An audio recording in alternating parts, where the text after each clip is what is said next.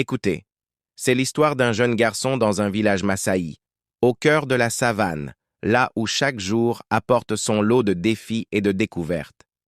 Dans la vaste savane où l'horizon semble se perdre dans le ciel, vivait un jeune garçon Massaï nommé Olemato. Il n'avait que 10 saisons derrière lui, mais son cœur brûlait déjà du désir de montrer sa valeur. Un matin de saison sèche, les anciens lui confièrent une tâche importante: mener les veaux près de la rivière asséchée.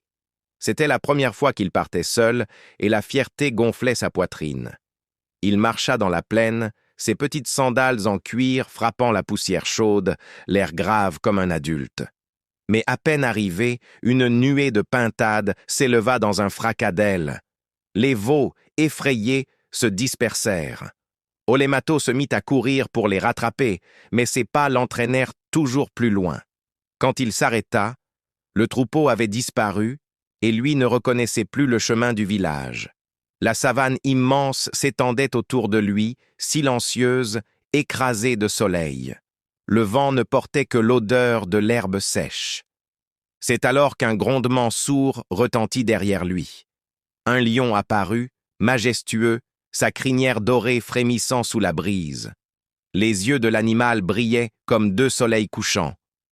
Olemato sentit son cœur battre si fort qu'il crut qu'il allait éclater. Chez les Massaï, le lion est à la fois l'ennemi et le maître du courage, et aucun garçon ne peut devenir guerrier sans l'avoir affronté. Mais lui n'était encore qu'un enfant. Pourtant, le lion ne bondit pas. Il s'assit simplement, observant le garçon de son regard profond. Olemato, tremblant mais décidé, s'inclina légèrement et murmura d'une voix à peine audible: « Grand frère de la savane, je ne veux pas mourir.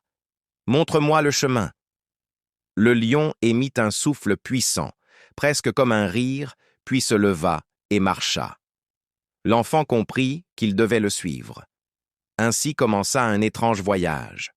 Pendant 3 jours et 3 nuits, Olemato marcha derrière le fauve. Le lion le conduisait vers les points d'eau cachés, là où l'ombre des acacias adoucissait la chaleur. Quand l'enfant avait faim, il trouvait des baies, des racines, parfois même du miel abandonné par les abeilles. Quand il tremblait de peur aux cris des hyènes, il fixait la crinière flamboyante de son guide, et son courage revenait.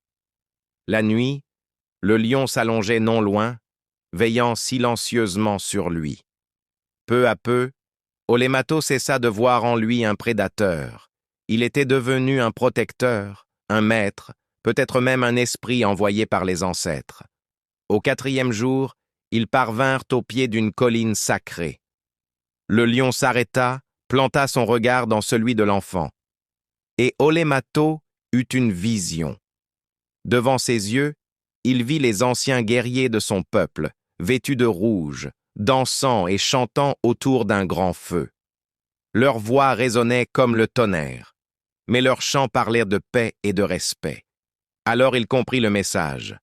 La bravoure ne vient pas de la force brute, mais du respect de la vie et du courage d'affronter sa peur. Le lion rugit alors, un rugissement si puissant qu'il sembla réveiller toute la savane, puis il disparut dans les hautes herbes, laissant Olemato seul. Mais l'enfant n'avait plus peur. Guidé par une intuition nouvelle, il retrouva son chemin et finit par revenir au village. Quand les anciens le virent amaigri mais vivant, ils l'entourèrent et l'interrogèrent. Olemato raconta son voyage et le lion qui l'avait guidé. Certains rirent, d'autres secouèrent la tête.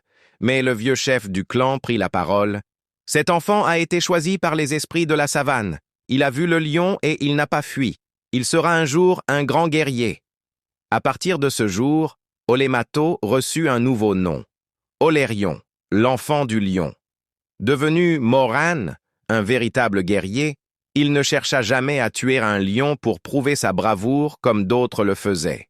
À qui le questionnait, il répondait simplement: « J'ai déjà regardé un lion dans les yeux et il m'a appris tout ce que je devais savoir. » Et encore aujourd'hui, on raconte son histoire aux enfants Massaï pour leur rappeler que le courage ne se mesure pas au sang versé, mais à la capacité d'écouter la voix de la savane.